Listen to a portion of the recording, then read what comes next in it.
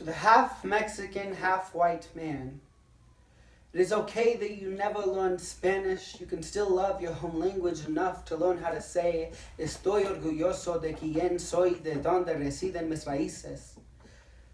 But it's okay to be humble enough to admit that you had to use Google Translate for that sentence. It is okay that you are never a part of the carne asada, but just a friend passing through for a plate.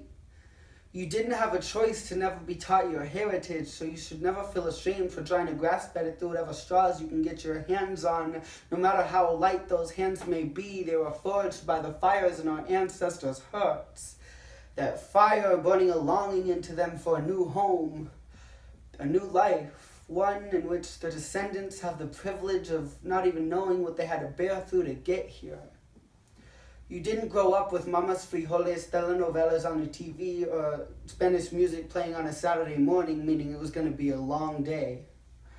You grew up with a lack of any formal culture, so you felt like you were walking in footsteps never traversed before, at least not by anyone you can call family, being too dark for the white kids, too light for the Hispanic ones, always finding yourself in a beige middle ground, too murky to tell who will accept your shade today. Most of the time it was just you.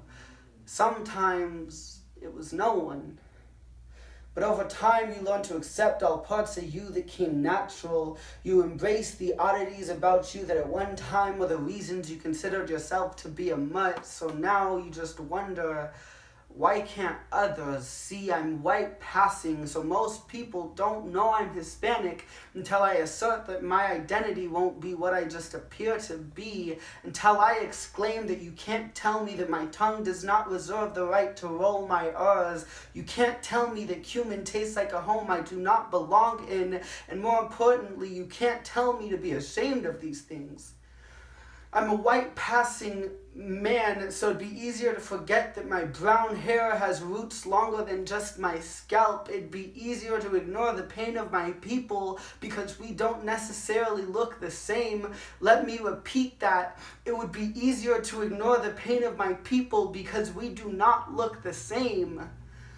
While my heart is brown, my skin is on the passing side of a world judged by a color gradient.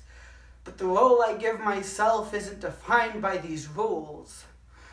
I'm a white passing Mexican man who will fight until my last breath for those of my people whose cultures is one that they wear on their bodies. So to the half Mexican, half white man, to Rocky Walker, to me and anyone else walking the lines of intersectionality, your parents and their parents before them fought for you, fought so you can create your own culture and have your own version of who you are and where your roots reside, so be proud of them and never let anyone tell you that they don't belong to you. You are an amalgamation of perfection on both sides of the border. You are perfect.